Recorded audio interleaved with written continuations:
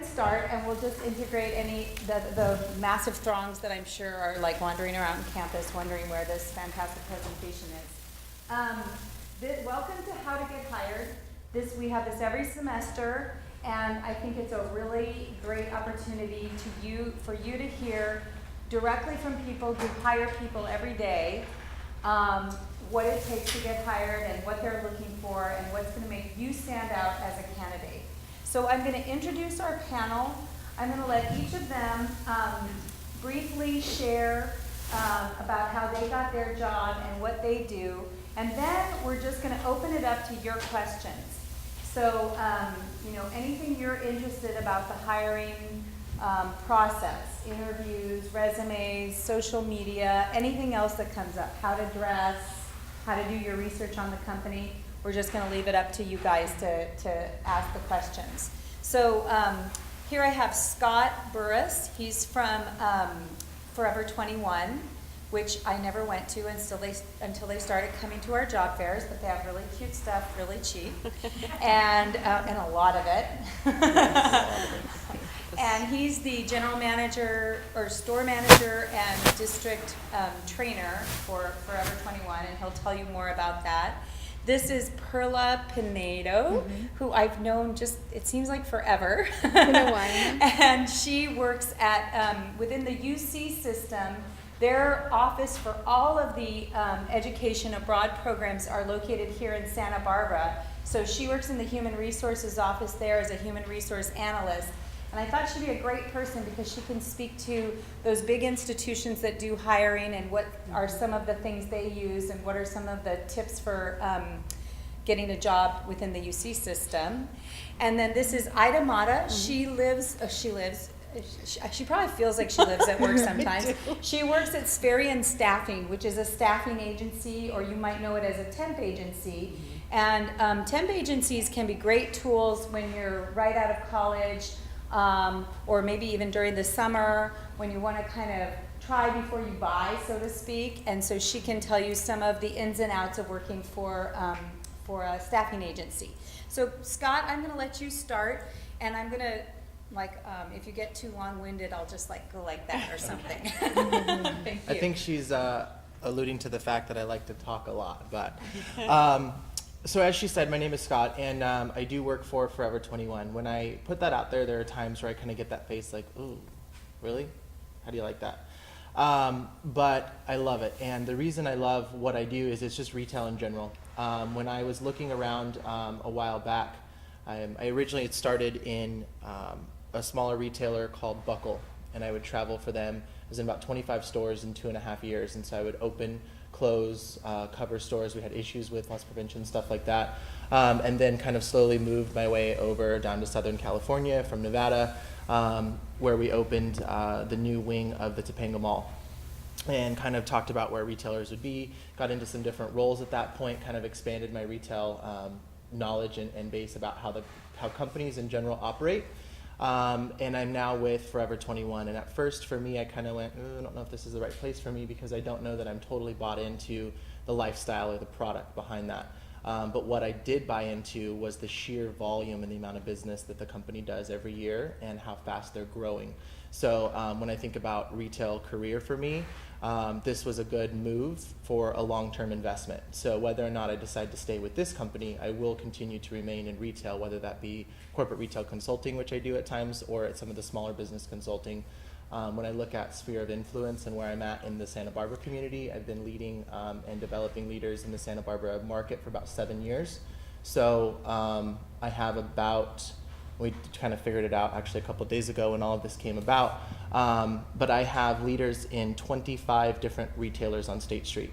So even though you were to come to work necessarily for me, doesn't mean you're going to stay with me. So my job is really to develop retail leadership, whether that be a short-term gig while you're going to college for 2 or 4 years, 5 or 6 years for some of us, and then where you're trying to figure out what you want to do, or if that is really your long-term career goal, and that's what I'll do. So definitely happy to be able to be here and help you guys kind of sort through what that looks like for you, and then be able to go from there. So that's a little bit about me and what I do. From a district standpoint, I work with 3 different districts within our region.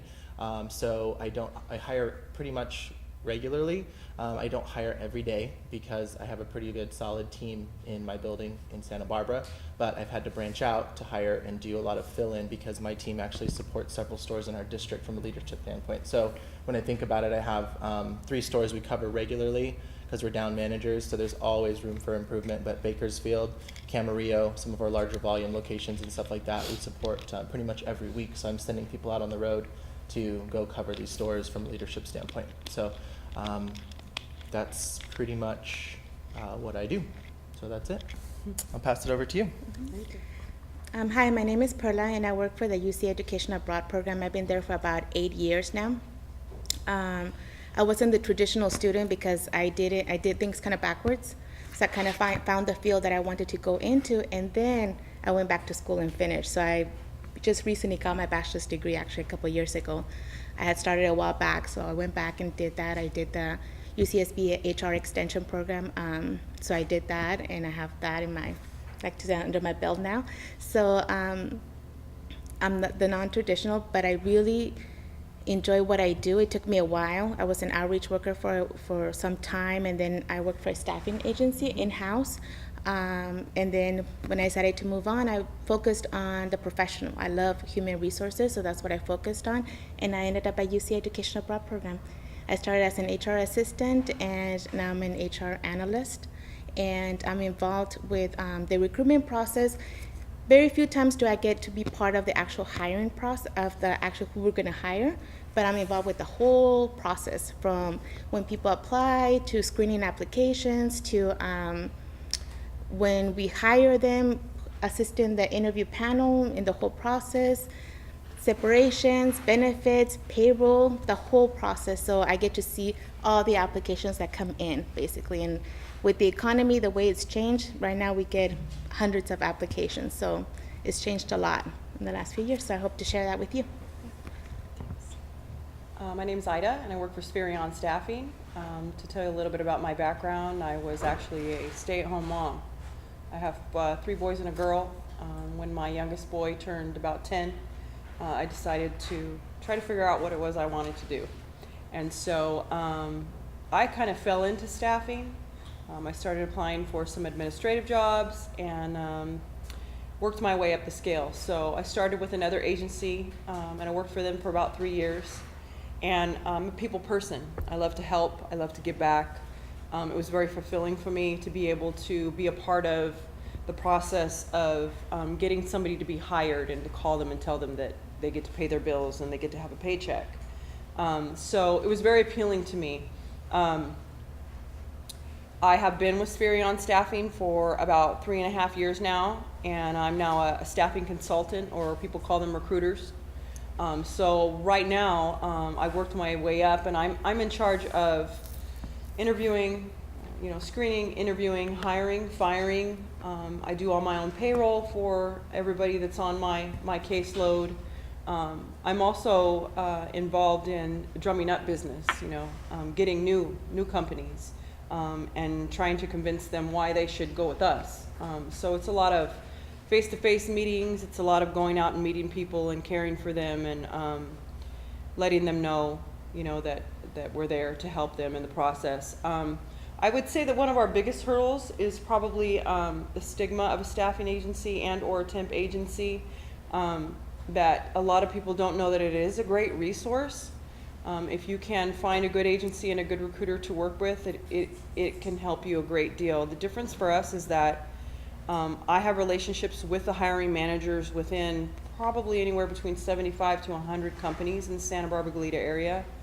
And so when you guys apply online for a posting or a job that someone's posted, the frustrating part for you, which I see every day, is that you don't really get a response. You don't get a response a lot of times. You don't know if it's landed somewhere. You don't know who's gotten it. And for me, I'm able to call and sit and actually ask those questions. I sent you a resume for this candidate. Did you have a chance to look at them? Are you interested or not? And the process is a lot smoother, a lot easier. All around, people get answers a lot quicker, and if the answer's no, they're able to move on. So I love being a part of that process. And so I'm excited to be here and answer some questions and help any way I can. Great, thank you. Thank Thank you. So now, you guys take the lead. If you don't have any questions, I certainly have plenty. But do you have any questions for these people that you've thought of already? I have a question about when you are interviewing with the potential employer. Are there some questions that you might wish the employer would ask you that would maybe tell you that it's a good firm or that they care about their employees so that they cultivate a good employee environment? So one thing we need to do is restate the question that the student asked. I'm not exactly clear what your question is. It's questions that you might ask an interviewer to find out a little bit more about the company culture. Sure. I mean, when you're in an interview and they're asking you questions about yourself and about how you work with other people, if you're going into some kind of firm of some sort, then is there something that, what do you think about it? I'll see if I can work. Are you just asking if there's Yeah. something that we can provide to you to help you understand whether or not you're going to be a good fit for the role or the potential employer? Okay. That's something if you want to direct. What I heard from what you described is that you're hoping that they would ask you questions and that you would get signs or signals from those questions that would indicate to you that they were a good company to work for. And I would say it's been my experience that you don't always get those signs. So it really is up to you to ask as many questions as possible. And I will tell you that don't be afraid to do that, because the more questions you ask, the more they're inclined to think that you or see that you are interested in working for their company. I would say the worst thing to do is to go to an interview and not ask any questions, to let them ask all the questions. You would leave that interview leaving with them with the impression that you didn't really want to work there. Yeah. I'm actually very surprised by how few people actually ask questions at the end. The candidates ask questions to the employer. They're very few and they stand out. Yeah. So when they do that, I make a comment at the end, oh, look, they ask questions, They did their research, they looked at the company, you pick up some questions also from what you're being asked, because we're gonna do our part, because we wanna hire the right person. So we will ask specific questions that make us see if you're the right fit, that you will succeed in this position. So we will do our homework and come up with good questions. So you can pick up some clues, but come prepared. Do your research and come with some questions for us as well, for the prospective employer. What are some of the questions that we can ask? You said some people don't ask Mhm. questions at the end. Mhm. What questions can we ask? You can ask pretty much. So the question Uh-huh. is, can you restate the question? What questions should you ask to a prospective employer that I could suggest to you? You can ask more general questions. I wouldn't get too specific, but you can ask, has this position, is it a new position, or has there been other people, are you replacing this position? So that gives you an idea of if it's a brand new one. And if it's a brand new one, you kind of want to ask more questions about it. So that, because you want to make sure you're not walking into something that's not well prepared. So you want to, find that out. You may also ask, what's the environment like? What's the culture? How would you describe the culture of this organization, for example? And whatever you can come up based on your research. Can I But just? I just want to also say that Perla said based on your research. So even though you're going to be asking questions, you also want to show them that you know something about the company. Companies, before they ask you for an interview, they might Google you. They might look at your LinkedIn profile. They, will certainly have read your resume. And so you want to show them, yeah, you know what, I did my research too. I went to your company website, I looked into you, I looked into what your interests are and whatever I could find out. And then I think if you ask a question that shows them that you've done that research, that's what's really impressive too. It is. Sorry, were you going to say something, Scott? No, I was just going to counter back with that too, and a couple of things that I hear across the board in the retail industry in general. And I have a really good relationship with, I would say, probably 85 to 90% of the store managers within the Santa Barbara downtown area, because we do a lot of recruiting and conversating back and forth, and we'll job share associates, stuff like that. But the first thing that we'll typically hear, usually from younger candidates, but it's, they get a little nervous, and the first thing we would hear is, why are you applying with us? I need a job. Okay, well, clearly you need a job. Like, we all need a job to survive and to move forward in life, but I think that's just one of the things that you should really kind of ex-nay, like, write, I need a job, and just scratch it out. Like, don't ever say that. Talk about why you're interested in that particular employer specifically. And then another question to steer away from right off the bat when you're picking up an application typically is, what's the pay? How much do you pay? I understand that a lot of us, I was a college student too, so there's bills to pay, there's things to do, you're on a strict budget, but do your research about that ahead of time. Talk to people that maybe are already in retail, maybe hold similar positions. There's people in classes, people you go to school with that already have most of that information for you. Different retailers, of course, will pay at different levels, but those are just a couple of key questions I think that really kind of put, when you talk about standing out, one of the first things that you'll hear, it's like, oh, I don't really, this isn't the candidate I want. And for somebody like me who really enjoys the development side of it and getting people, really energized, and I find people that never thought of retail as a career until they're in it. And all of a sudden they're like, this is actually really cool because there's more to it than just folding clothes and, picking stuff up off the floor. There's the whole business aspect of it.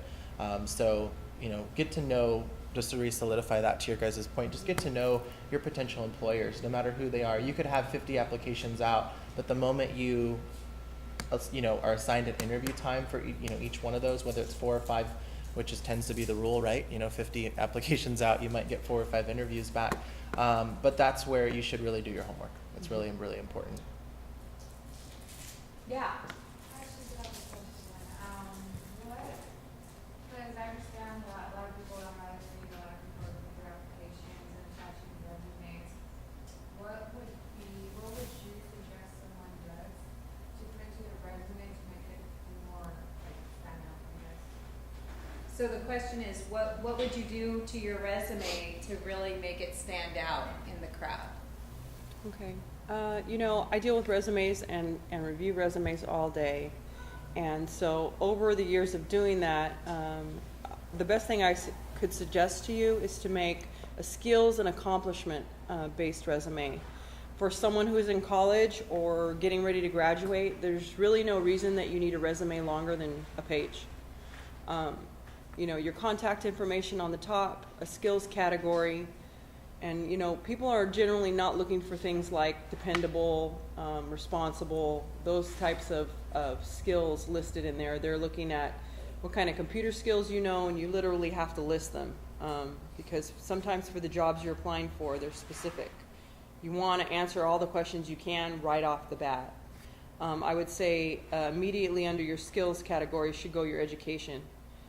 Skills and education is basically the first 2 things that a lot of the employers that I work with are interested in. And then you can list your experience, but like I said before, more your accomplishments while you worked at those places if you have. Job history, not necessarily a job description. The hiring managers that I submit candidates to for the positions that we get, they don't want to read a book. They just don't. They don't want to have to weed through information to find the skills they're looking for. So time is of the essence. Everyone's in a hurry nowadays. So as basic as you can make it without taking away from, you definitely want all your skill set on there. So I hope that answered your question. Yeah, that sounded really good to me. Also, for a reference page, and for references specifically, do you also recommend keeping that short and on paper, or do you suggest a second page for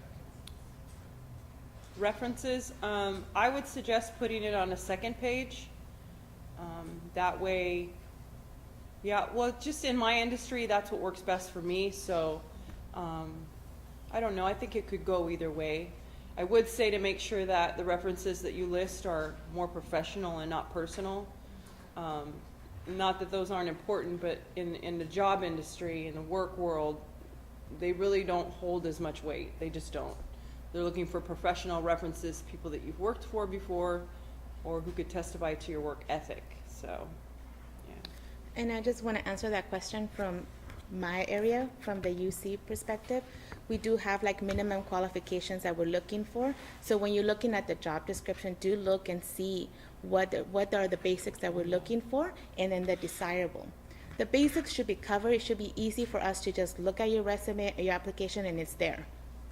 And then the desirable, you want to make sure to include that if you have it.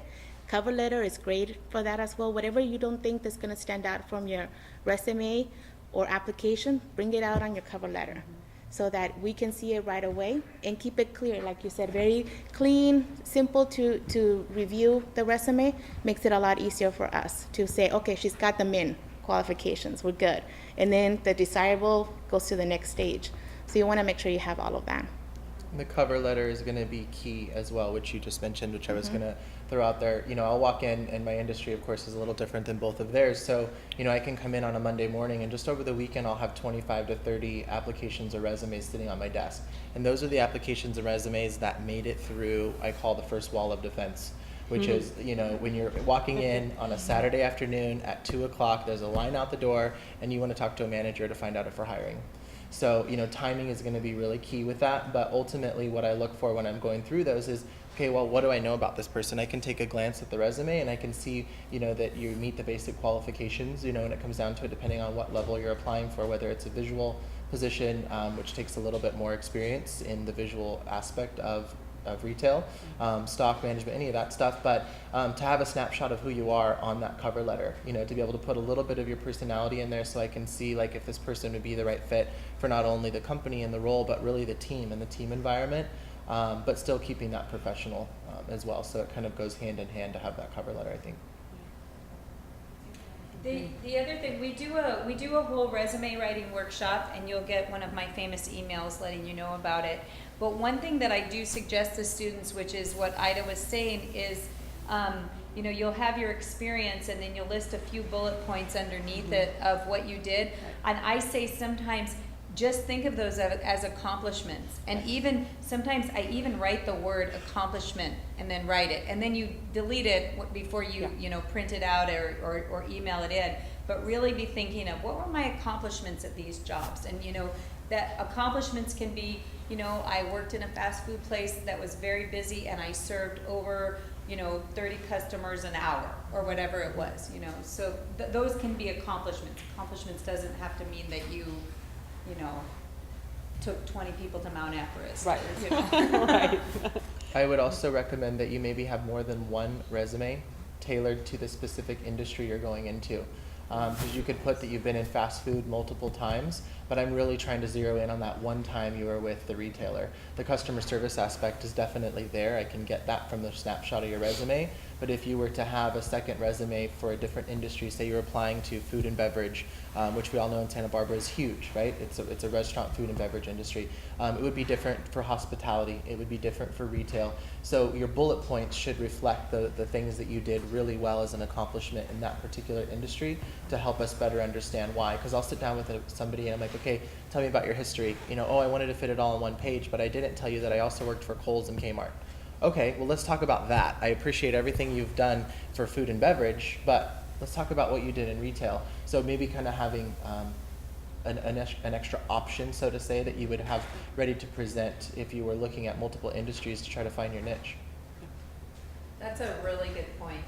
And would you, I'm kind of curious about that, because what if you maybe worked for 5 different places and you're like, well, these ones I worked at so long ago, but they're relevant to the field, they should be included. Absolutely. You know, when you're talking about putting it to one page, yes, I can't sift through a 6-page resume. And the flip side to that is when I'm looking at this, I'm like, wow, this person can't hold down a job to save their life. Like I almost want to know why they've worked at all these places. They're 22, you know, and then we find out, you know, that maybe they've moved a lot or stuff like that, which is fine. Everybody has different life experience. But, you know, if you were to try to get it down to that page to make it simple, really tailor it to, you know, the specific information based on the industry you're trying to get into, for sure. And those are things that you can also address on your cover letter. Yep. So if you see that there's something on your resume that can throw people off, address it on your cover letter. That way they... Gaps in employment, stuff like that. Before we move off of resumes, what about for those folks that really haven't worked before? They're trying to get in the door probably with retail or with an administrative position at EAP, or, something where they haven't worked before, they've been good students, they have, coming out of high school, it's a job right now, not necessarily the career, but, they, want to get their foot in, but they don't have, they are dependable, responsible, punctual, they don't have a lot of, specific job experience. What do you recommend then? I would actually have to say that you have a very good point. So I would say on a resume like that, somebody who has no job experience or maybe only one job, yeah, you can put those things: dependable, responsible. It fills up space. And also, cover letter would be very important with that, to explain your situation. I mean, it should be very black and white for someone reading it, looking at the age and the education. Skills category, I would suggest being a little bit longer than a normal resume, just to fill space as well. But yeah, the cover letter is what's going to stand out. Ambitious, person looking for work and just looking for that experience and somebody to take a chance on them. Educated and responsible. So I deal with that a lot. It's very frustrating.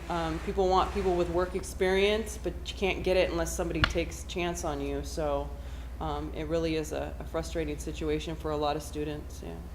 I would add to that something that many people forget: internships, volunteer work. Yes. Put those on your resume as well. We count that. Like if you've done an internship for months at at a particular place that is relevant to the position that you're applying for, we count that.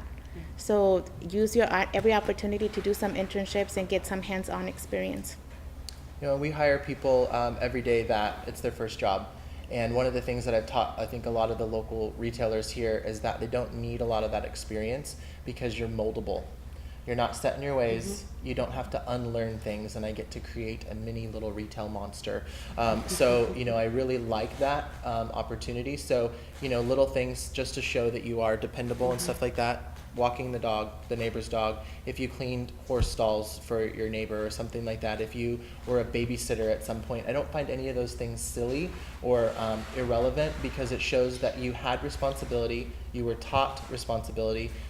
Those things are important so that you're willing to continue to develop and build off of those things that you got. And those volunteer opportunities are huge, because it just puts you face to face with the public. Great. That's what we say in the Career Center. I always love when the HR professionals go, oh, good, we're saying the right stuff. And that's something that we can help you too in the Career Center. We work with a lot of students who are maybe creating their first resume, and we're really good at getting creative at okay, well, what's experience? What have you done? I love it. Walking the dog, horse stalls. Boy, did you grow up in the country? I did, yeah, actually. A lot of time in horse stalls, yeah. Well, that's character building. It is, definitely, it is. And it's a good thing to be thinking about now if you don't have experience. It's you know what? I should probably do some volunteer work, or I should maybe get a little babysitting job, or I should go find some horse stalls to swab out. A pet sitter position, something where you just literally go over there when they're out of town. Little things like that, definitely helps. And, it's not uncommon for me to see, full-grown adults that have a lot of those just as their experiences too, because they were stay-at-home mom, but that's where we're going to bring back the cover letter, explain it, talk about it, help the retailer understand why they should select you with no experience over somebody who maybe has been in that industry for 2 or 3 years. And that actually would stress, just because of the industry that I'm in, I would highly suggest internships related to the field that you want to go into, so that it really does count as relevant experience. For us, we look at how many years of clerical experience you have, and you may have a year and a half, do not have the 2 full years that we're looking for, but you may have half a year of an internship related to that, and that will get you into the next step. So I do always stress that, to get some experience in the field that you want to get into, one way or another. I have a question for you, Scott, because I'm imagining, do you guys have an application that you either have online or that you give to people, or are you strictly... Yeah, you do. We do have an application. I like to get the resumes too, because then it allows me to kind of get a snapshot, a little bit more information about them. But we do have an application they can come in and pick up. And a lot of retailers have switched to their stuff online. My specific retailer is a a little behind the times technology-wise, so we still do the old school. But I appreciate it because when I'm getting visual merchandising applicants and all these things from Monster Jobs and all the major job search engines that we work with as a company, I don't get to see them. I don't get to know them. They're moving here from Colorado, random stuff, but I do get to look at their resume attached and their experience. So I do like the one-on-one, when we get to see them come in and ask for the application, especially in our level of retail because it's higher in fashion. So we want to see that, if you look the part, then it's going to carry a little more weight because they might not have experience, but, hey, you can put an outfit together. That's what we're looking for. I need customers that want to come up to you because you're going to be the person that gives them that fashion advice on what to wear out for their night or to that wedding, stuff like that. Cool. So that's interesting because I do get a lot of students who are applying for jobs that are applying and they say, well, I have to fill out the application. But you do like to see that resume too. It kind of shows they've gone the extra mile. It gives you an idea of can they write, can they put stuff together. So good attention to detail. And The all fact of that you're prepared, I think, is the key to that. Absolutely. Yeah. Cool. Is that a question? Yeah. Would you say that, like, after you have an interview to follow up afterwards, like, go in or call them? Sometimes you feel like you're bugging them too much if you do it. The question was, do you follow up and make phone calls to the employer after the interview? Do you guys want to touch on this? Because I have Yeah, I something would to say that. definitely. It is always good to do that. Don't wait for them to try to get a hold of you. You're not bugging them. Somebody who is ambitious and hungry to work and is interested in that again, that's going to come across just like the other question about the interview. I would say always follow up. Yeah, always. And I work for the UC system, so we have a long process. So it's a good follow-up question to ask at the end of your interview. Somebody was asking is, how long is your process? How long will it about take for you to go through all the interviews? When is a good time for me to call back and find out the status of my application? I get those calls, and I'm always happy to provide information. And those people that actually call get more information than anybody else. So even if they didn't get the position, I will have a little talk with them and tell them, you know what, this position, you didn't get it, but it doesn't mean that you have to give up. We have different interview panels for each position, and I suggest that I highly encourage you to reapply for others and see if you make more progress on the next one. So I always give them a little more information, so it's always a good thing. With that, I kind of just lost my train of thought a little bit, but the follow-up side of it I think is really key.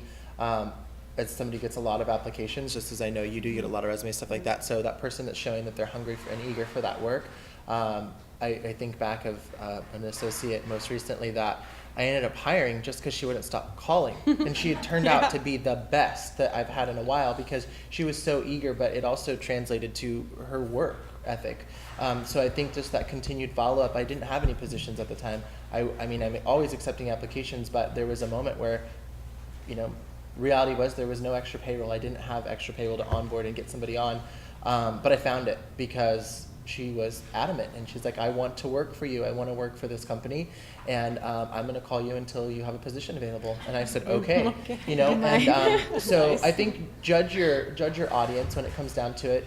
I think we'd established that type of conversation during the interview, that was okay. Some employers may not want that, so I think you just have to kind of ask that as an interview question, would it be okay if I follow up with you in a couple days to see, what other applicants you have? And in the retail industry, when you go into that, as some of you might be going into retail over the holidays or stuff like that for seasonal work, then, they're going to be looking at hiring, anywhere from 10 to, depending on the retailer, some only hire a couple, and some, in our cases, hire 50 to be able to get through the holiday season and our peak, time of year. So when we look for the type of people that we would want to create that demographic and that fun, energetic vibe on our sales floor, we're going to interview everybody before we go through and offer those positions. So it's good to follow up because you might have gotten lost in the shuffle somewhere along the line. I think that that's always important.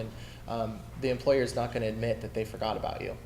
But the reality is at times they'll forget about you because the sheer volume of people that, come through there to apply. Very good question. When I look about, I was just reflecting on jobs that I've got, and the jobs that I've got that I really wanted, I always was following up. I was thinking of one in particular where they were overwhelmed with other stuff that had nothing to do with this job, and so the hiring for this position got on the back burner. But that was the job I wanted, and I think I just pushed the envelope for them. They were like, oh yeah, we do need to hire this, you know, so it's exactly that kind of thing.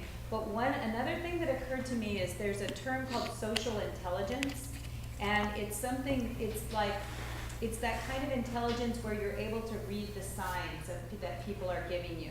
So, you know, if the person is like, this is the 4th time you've called this week, okay, take the clue. There, you probably shouldn't call them for a while. But on the other hand, if they're like, oh my gosh, yeah, you know, we don't have anything right now, but I'm so glad you called, I'll let you know if we do. You know, so really try to read those clues and develop your social intelligence so that you can know the signs that they're sending you. So I'd like to move on to interviews. So let's say you get through this, you know, the resume stage, and they call you up and say, yeah, we'd really like to interview. Does anyone have questions, specific questions about interviews? Has anybody, who here has gone on a job interview? Okay. Who just like loves to go on job interviews? Oh, look at it. All right. I kind of do too. I love to see the inside of things, but they're nerve-wracking. So, any questions? What would you say are the top 5 things not to do for an interview? Ooh, top 5 Not things to wear? not to do. Not to do. Oh, I thought she said Where would be one of those? yes. Not to do on an interview. Don't chew gum, definitely. If you have any lip or nose piercings or anything like that, I would say take those out. Do not wear those. For the girls, you know, no loud colored, bright colored nail polish. Or Covered makeup. tattoos. Yes, cover tattoos always, if possible. Don't text or No. answer your cell phone. Turn it off. Turn Turn it off and put it away. Don't pay any attention to it whatsoever. I would also say that use the bathroom before you get to an interview. The worst thing to do is to show up for an interview and ask to use the bathroom. You're on their time. Make sure you're there, you're ready. Not if you get there early and you say, can I use your bathroom? But That's in fine. the middle of Right, the interview. right.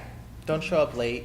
You know, group interviews yeah. are, it always happens. Oh, sorry, I couldn't find parking. I couldn't. Okay. You know, you can call back and reschedule. If you're going to be late to your interview, you're going to be late to your job. Yes. So just keep that in mind. I mean, we know stuff happens, but, you know, communicate with the employer definitely as quickly as possible with that. Get all your information. So when you're setting up the interview, make sure you know that you got the location, parking information, who you're going to be meeting with as well, so that you know their names and titles. I provide that usually when people are getting interviewed. How long is the interview, about how long it's going to take. Sometimes we do like exercises afterwards as well to see if you have certain skills. So there's additional time that you need to allocate for that. So make sure you get all your information before the interview actually takes place, and give yourself an extra 15 minutes to make sure you get there early. And the other thing I would say, this is kind of a what to do, but dress appropriate for the industry you're applying for. Let the employer be able to envision you in that role. So, you know, if you're going to apply at a retailer, you probably don't want to show up in a suit unless you're applying to Men's Warehouse, right? Because they sell suits. So really put yourself in that position. If you're going into food and beverage industry, you know, a light blouse, slacks, something to make them look like, okay, this person, I can see them in our uniform, I can see them as a server or a waitress or something like that. You know, dressed appropriately for the industry that you're going into. If you're applying for an administrative position, you know, wear something a little more professional. But, you know, I still get, you know, individuals that come in that are a little nervous and they're in their suit and tie, and makes the song kind of go through my head. But suit and tie, and, you know, we're kind of like, all right, well, how do they dress? You know, that's when I ask questions like, well, if I were to look in your closet, what labels are we going to see? Tell me a little bit more about what you look like in your quote-unquote street clothes, stuff like that. So just be dressed appropriately for the industry in which you're applying to. And also avoid short answers. This is your opportunity to sell yourself. So when you're answering those interview questions, elaborate, give as much information as possible, and don't just say yes or no or keep it really short, because this is your opportunity. You made it to the interview, which is hard enough to do. I would also say to stay as positive as possible, like if you have other issues going on in your life or personal life that are negative, not to bring those up in the interview, and also to never talk badly about a previous employer that you've worked for. I interview people, unfortunately, who I will be interviewing and asking them, you know, I see that you only worked here for a short amount of time. Can you tell me why that ended? And what I mean is, you know, did you choose to leave on your own? Were you laid off? I mean, they're really not asking for the whole story. And if it's a negative event, you really don't want to elaborate because they're thinking of hiring you for them. So when you leave them, are you going to talk negatively about them? So they're just little red flags that come up. Just little things to remember. And you can turn it around into something positive. Mm-hmm. So think about it. There's always a situation that might have Right. been bad, but you can look at the positive of what you gain from it, and you can explain it and explain what you learn from it as well, but in a positive way. Do you have a suggestion for how to answer that question? Like, let's say you were terminated from an employer, and what's a good way to address that in an interview situation? You know, I would definitely say, you know, to be honest, but at the same time, that's a hard one. It really is. That's a hard question. Maybe you guys could help me with that. I would say, you know, that it was a decision, a mutual decision, if that's what took place. I mean, if they come to you and they're telling you, you know, this isn't working and you know, we're going to have to end your assignment or your job, then, you know, you can say it was a mutual decision. It wasn't the best industry for me or the job that was for me, and we both knew it. So I chose to move on, or they asked me to move on. You can put it that way. I know terminated is like a bad word, but I think it does just happen. taking that ownership of it. It happened. There's nothing you can do about it. It's part of your past. So if you just take the ownership for it and say, yeah, unfortunately, it didn't work out. Right. I didn't get along with my boss, and I saw it coming. You know, that happens all the time. And so just to have that conversation, and then they might ask, well, what are some things that maybe that employer did that you didn't like? They might ask you that type of stuff too. So just be prepared to answer some of those questions, but keep a positive mindset for it, and keep those answers brief out of all of them, because it can that's be tricky. Because as interviewers, one of our regional directors, her favorite thing to do, she said, is to watch the squirm. And I'm like, what is that? Like, I don't understand. And she says, well, I like to ask a question and then I like to just wait for their answer. I said, okay, and then what? And she's like, and then I wait some more, because the more quiet you are, the more talking they'll do, and then you get to find out more about them. So it's an interesting technique, but just be prepared. Prepare yourself for the talking points, so you're not rambling on and sharing information and stuff that you probably go, oh my gosh, I probably shouldn't have said that. Right. Or you focus on, again, the positive. It might have been that you were with that employer for years, and then there was a change in supervisor or reorganization or something that happened, that's where you had a hard time. But you had all that history. Focus on the history that you will. That's good advice. Yes. I counsel students to do what Scott was talking about, is prepare yourself for those kind of questions, because the only thing worse is, like, they ask you the question and you go, Yeah. like a deer in the headlights. So you can take a breath and you can say, well, but it's something that you've thought through. It's going to relax you. They're going to see that you've thought it through and that you're confident, and that's going to relax them.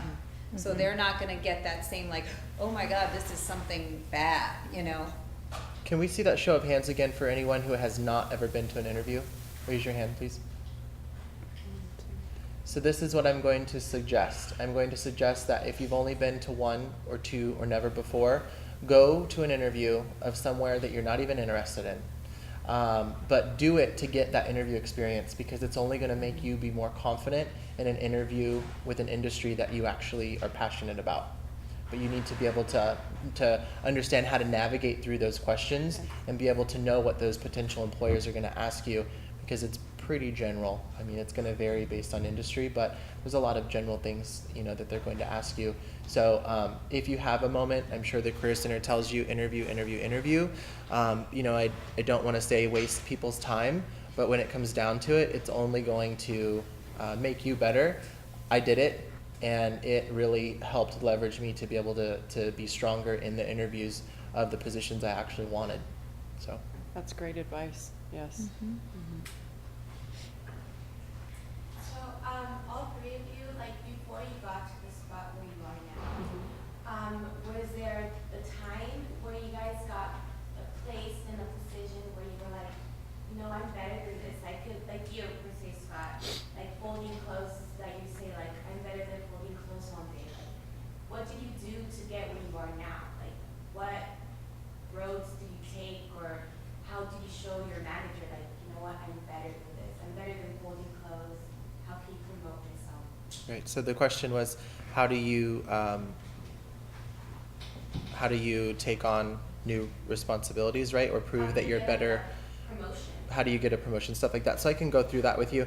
I think for me, yes, there were times. One of the main things I'll tell my associates though is I won't ask them to do anything that I haven't already done or that I wouldn't do myself. I will take out the trash. I will scrub the toilet. I will do everything that I ask them to do.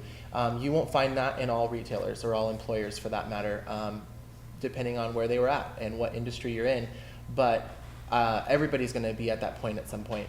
So I think for you, it's just changing your mindset.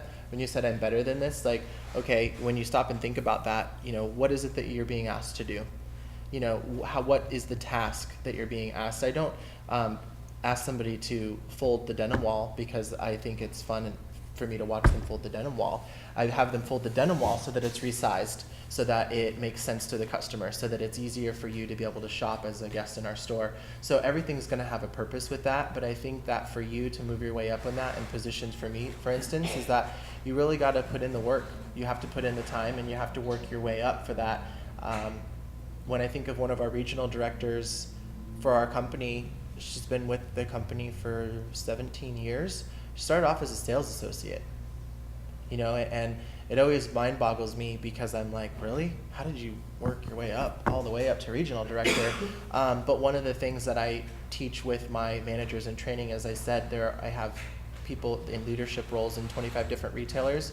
It's because when I told them that I would take them on and I would train them and I would help develop them into managers, I didn't necessarily say that they would be working for me when they were ready.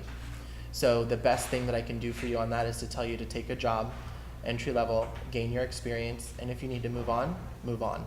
Take the next step. If you want to get promoted within your building, have that conversation and open up that dialogue with your supervisor and let them know that you want to be promoted. One of the biggest things I can tell people in today's market and industry is that feedback is a gift. Most people are afraid of it. When you were to have a conversation with somebody and you want to give them that feedback, it becomes very abrasive and they get very defensive instantly. But the moment you break down that wall and you open that communication up with your supervisor, the feedback that they are able to give you, and then if you take that feedback and actually apply it to the work that you're doing and they can see that, you're going to be the first person they promote because they can see that you're moldable, that you're open to that change. So, you know, think about feedback as a gift. Ask for that feedback. It's a little painful sometimes, but the reality is it's only to help you grow in everything that you do. So it's only going to make you better as a person, in your job, in your personal life, and you'll be happier in the end because you'll know why it is exactly that you were maybe staying in that position. You know, how many people have been in a position where your hours have been cut and you're like, I don't get it, why are they cutting my hours, you know? So by having that conversation, opening that dialogue, maybe it was because the employer didn't feel like you were doing a very good job. You know, maybe the employer isn't as good at the communication as you are. So the main thing I can just bring that back to is open up that dialogue between you and the employer, let them know what your goals are, what you want to do. There's several positions in any industry that you're in. So, you know, you don't want to be the busboy. What do you want to do? You know, you want to work your way up to either being a server, right? You're going to make those tips. So you want to work your way up from being a greeter at the door to, you know, working at the cash register or helping in the fitting room. Just tell them what it is you want to do and ask them what you need to do to get there. And I think another thing is especially in the field that I work in, is to limit yourself to what your job is. So some people say, well, that's not part of my job. This is what my job is. But you have to stay open. If you stay open and you take on more responsibilities, eventually they're going to start seeing that, oh, wow, she can do this and she can execute it really well and efficiently, and it looks good. So those things will start standing out.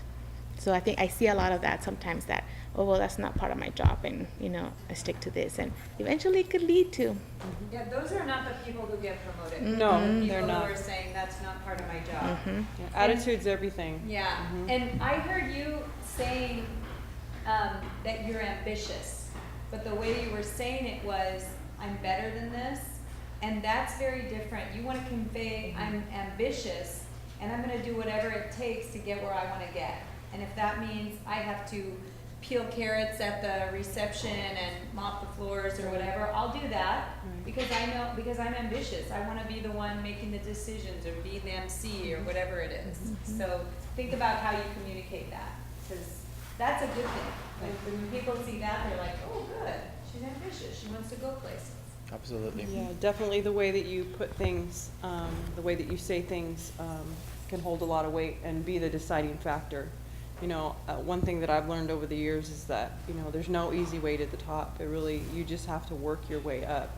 And you have to be willing to do all of the job duties, whether it was in your original job description or not. A lot of good points.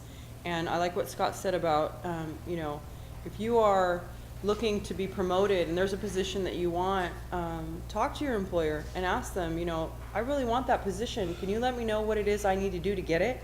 Tell me what I need to do. What will it take to get there? And most of the time they'll answer you. They'll tell you, So. And then all of a sudden that light bulb goes on, and then they're looking at you because they realize that you are ambitious. And then when we have a manager's meeting and we talk about all of that, your name comes up as somebody that we could promote into a new position because you came to us and opened up that dialogue. And if nothing else, you gain a mentor. And mentors a mentor within the organization or wherever you're at that has a higher position, they can always show you the way. Yeah. So that's a good way to do it too. We just have a couple more minutes, and I wanted to touch briefly on social networking and social media, because it is something that sometimes we talk about in this How to Get Hired. Do any of you go to people's Facebook pages? Do you go to people's LinkedIn pages? Do you have any advice around that? I'm curious.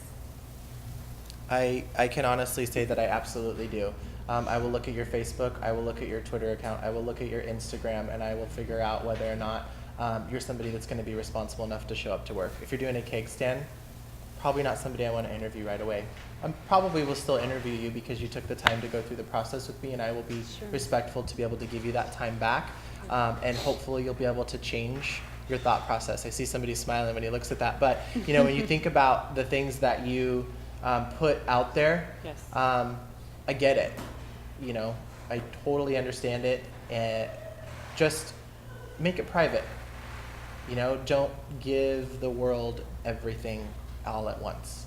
I can't tell you what to put on it or what not to put on it, but just know that it happens. And I know in major corporations and stuff like that now, they're really, really looking at those. And they have people that'll screen applicants through that process all the time.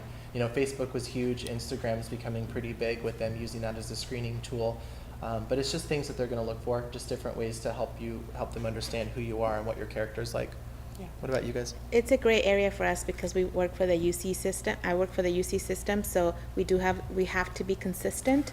So we have certain policies and procedures that we follow in the recruitment process. But in general, I would tell you, and we may look at your professional social media, like LinkedIn, for example. But the other ones are a great area for us. But in general, best advice is Google yourself, see what you see. Right. Think of when you Google yourself, look at yourself as an employer, prospective employer. How would you see yourself? You see that person. So be careful. Definitely, be careful. We use it as well. You use mostly LinkedIn, right? LinkedIn, is a great tool for us, and that is a professional, site. However, we do have also a Spherion staffing Facebook page. So a lot of our employees will link with us on there, and we can see everything. So you do need to be careful, what you put on there. You may not know that that's costing you a job, but it can. People are looking for dependability and responsibility, and there's just a lot of stuff people shouldn't put out there. Well, and just to kind of go along with what Perla said, the bigger companies that we've had here, most of them don't go to Facebook and Twitter, but they do use LinkedIn. And so if you don't know what LinkedIn is, I always feel like it's a great way for you to kind of have a fresh start with a professional social media page. So you might want to check it out and like kind of put all your career related stuff and your ambitions on that social media and develop it so it comes up as well. Any questions around this? We Any just questions in general? Hop in really quick with social media as I was thinking about it. When I look at some of the employee handbooks and stuff like that and some of the different retailers that we work with, social media has been written in there now, so you can actually be terminated for talking negatively about the company or certain things like that. So just to remember that as you guys are, posting away. I just wanted to say one more thing too, really quickly. People put their resumes and they apply, and we call them. And so I would really pay attention to your voicemail messages that you guys have on your phones, because that can cost you the ability to get a job as well. I mean, if you have rap music in the background or whatever music blaring, and you're hard to understand, and it just really, I would keep it very, very simple. And as professional as possible if you are seeking employment. And that might be fine for your friends, but not for a potential employer. Hi, was I'll just like leave a message for any of my number. Should I make a personal one, or is that okay? It would, yeah, I would. I'd take the time to make a personal message. The question was, my voicemail is generic on my phone. Should I make a personal one? Yes, I would encourage you to do that. Yes. Sometimes people have had a felon or some of a misdemeanor, or they come to that point like, oh gosh, what do I do on the application with the little checkbox? And then, what is the advice that you might give someone who had something in their past and have moved forward from it, and they want to start over, but they're afraid of the process or what to say? Different applications are different. I would say read them very carefully and make sure you know exactly what it is that they're asking for. They're asking you to disclose any criminal history of any kind, or are they specifically asking you to disclose a felony? And in our practice, when I interview and screen someone, I always ask those questions anyways. But I can tell you that there have been situations where we've found out afterwards, after we've run the background check, and they were not honest about it, and that cost them the job. It really wasn't necessarily the fact that they had been in trouble before.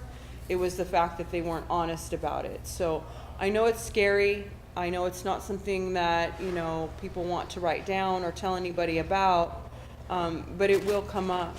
Inevitably, it will come back. So they'll find out. We'll have to say that when it comes to misdemeanors and stuff like that, don't panic, don't freak out. I can only speak for most retailers across the board, but when we do background checks for specific roles and stuff like that, the misdemeanors aren't going to show up. It's a pretty broad, we just really want to find out if there's any really intense information that we should know about or that you should have, disclosed. And, for students in particular, when I think about students that are applying out in IV and stuff like that, there are moments where alcohol's been a factor. Stuff like that where you may have, been cited or been arrested or something along those lines, and none of that really will come back to bite you unless there was something even more intense. So, if anybody in this room, by the way, has any of those questions, more than happy to answer them offline. I can be a little more specific, I think, from there.